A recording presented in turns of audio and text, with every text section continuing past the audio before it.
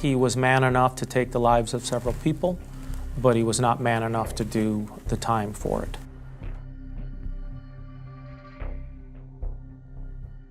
Number 10, David Berkowitz. You may know of this serial killer by another name, Son of Sam.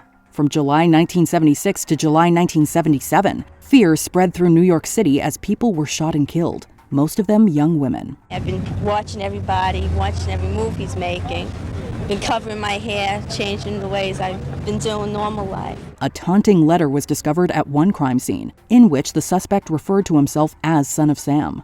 A tip from a woman walking her dog led to the arrest of Berkowitz. Everybody was alerted. Word must have gotten out, some leaked or whatever it was, and everybody knew that we had him.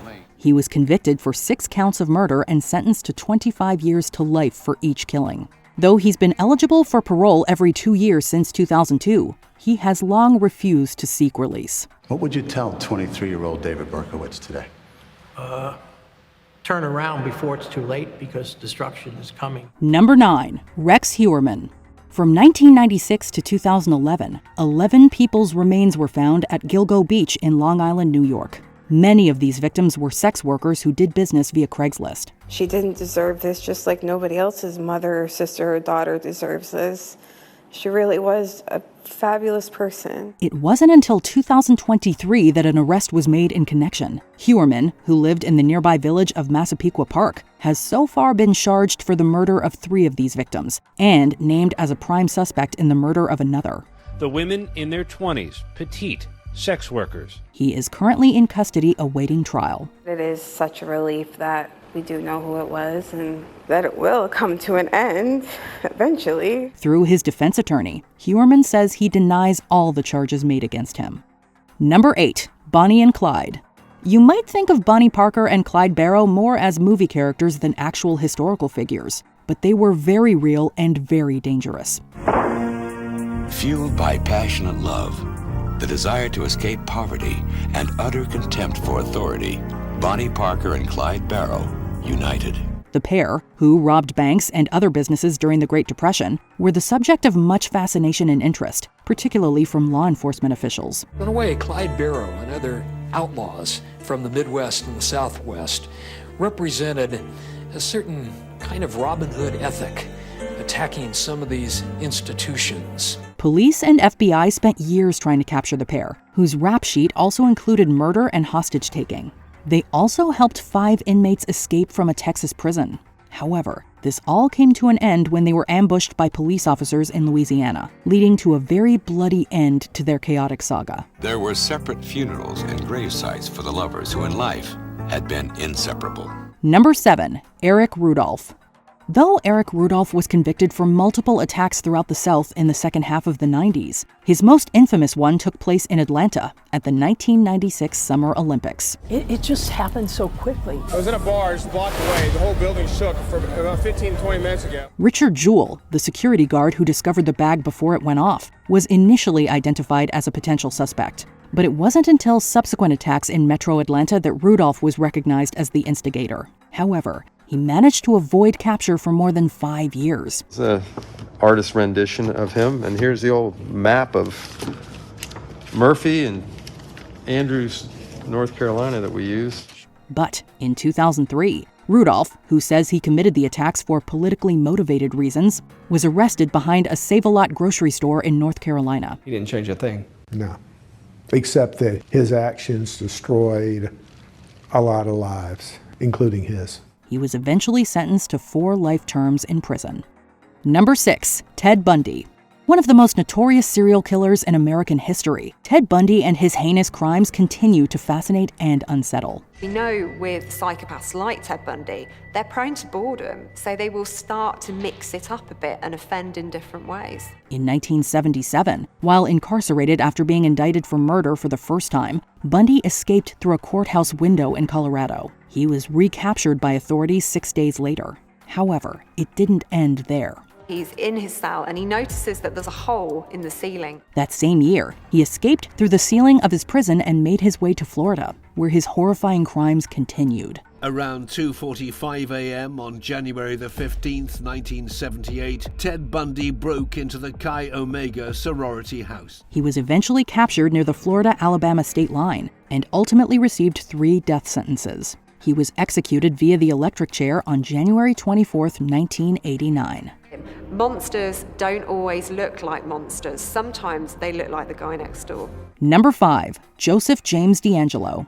There are 2 serial killers who have been known as the Night Stalker, Richard Ramirez and this man, who you might know better as the Golden State Killer. We were able to get some discarded DNA, and we were able to confirm what we thought we already knew, that we had our man. From 1974 to 1986, at least 13 murders, among other crimes, were committed by an unknown suspect, who would make taunting calls to law enforcement and his victims. Though the case went cold for many years, the research of writer Michelle McNamara, who passed away before completing her book on the subject, helped lead to the arrest of Joseph James DeAngelo. He was committing the crimes during the time he was employed as a peace officer, and obviously we'll be looking into whether it was actually on the job. He has since been sentenced to 12 consecutive life sentences without parole.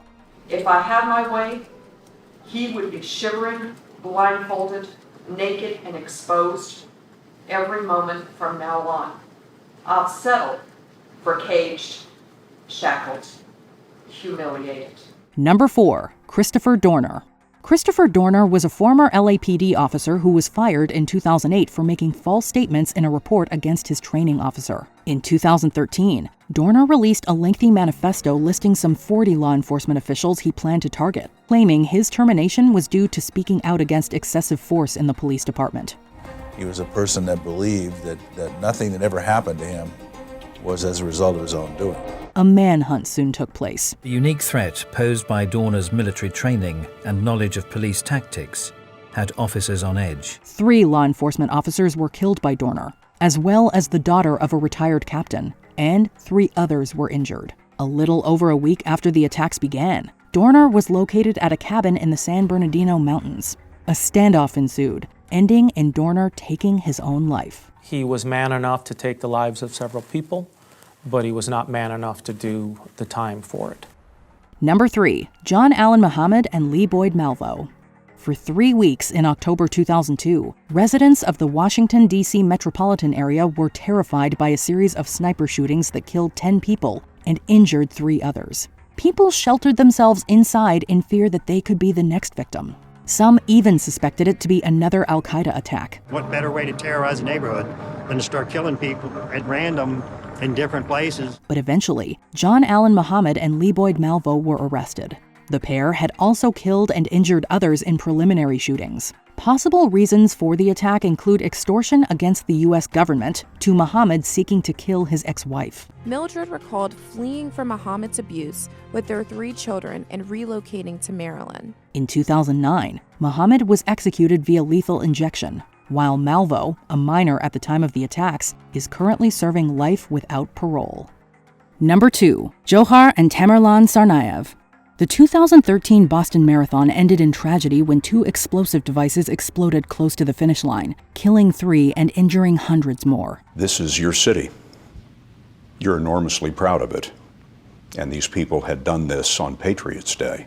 It certainly made me resolve to find these people quickly and to hold them accountable. The suspects were soon identified as brothers Dzhokhar and Tamerlan Tsarnaev. Following the marathon attacks, the 2 killed a police officer at MIT and took another man hostage. They were nearly captured after a shootout with police, and Tamerlan was killed after Dzhokhar ran him over in a stolen car. Yeah, and I remember that so clearly. Somebody walking in with a manila folder and said, okay, here's his brother, and they opened it, and it's this picture, and I go, that's him, that's White Hat. That's who we should be looking for. A massive manhunt for Dzhokhar took place in the area, with residents requested to stay inside and businesses staying closed. He was found hiding in a boat in the suburb of Watertown. He was later sentenced to death. What did you think as he went into court to be arraigned?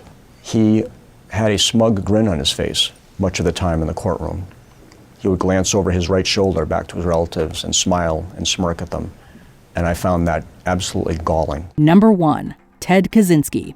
From 1978 to 1995, Fear was felt throughout the U.S. as a series of explosive devices were mailed and hand-delivered across the country, killing 3 and injuring 23 others. There were construction techniques, the way the wood was cut, the way it was put together, the markings on the wood, the way the tape was applied, that is evident in the photographs, was the same as in the previous cases. The culprit sent a massive manifesto to media sources, saying he would stop the attacks if it was published. Eventually, it ran in the Washington Post. The manifesto, which expressed intense anger at the greater effects of technology on society, rang familiar to Kaczynski's brother David, who contacted the FBI. David Kaczynski made a gut-wrenching decision. Kaczynski was found in a cabin in Montana. He was sentenced to 8 consecutive life sentences, taking his own life in 2023. The message has to be that we don't give up and that we're going to stay with it until we solve it. And certainly I think that is what we're called upon to do and what we need to do.